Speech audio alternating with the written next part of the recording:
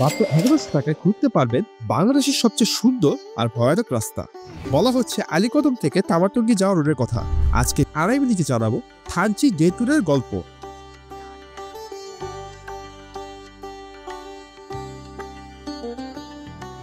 চকরিয়া হয়ে থানচি যাওয়াটা তুলনামূলকভাবে সহজ। রাতে মাসা বাসে ঢাকা থেকে 9টার ভিতর চলে যায় চকরিয়া। চকরিয়াতে সেরে ফেলি সকালের নাস্তা।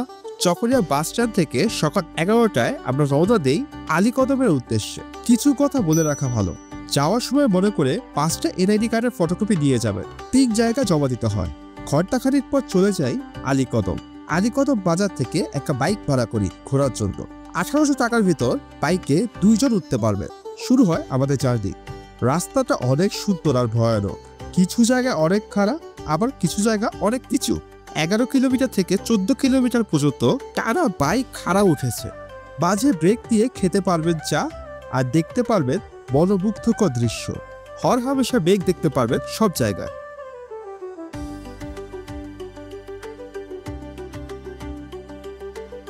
যাওয়ার সময় চোখে পড়বে থানচি বাজার। দুপুরের খাবারটা এখানে খেতে পারেন। 2 ঘন্টার ভিতর পৌঁছে যাবেন তামাটুঙ্গি। অনেক উঁচু একটা জায়গা, 2টা পার্টে ভাগ করা। একটা জায়গা কমপ্লেক্সের মতো বানানো হয়েছে। মাঝে আছে একটি পুলের মতো জায়গা। আরেকটা পার্ট অনেক বড়, ওইখানে আছে কিছু বসার জায়গা। সকালে যখন বের হই তখন ভালোই গরম ছিল, কিন্তু এখানে অনেক বাতাস।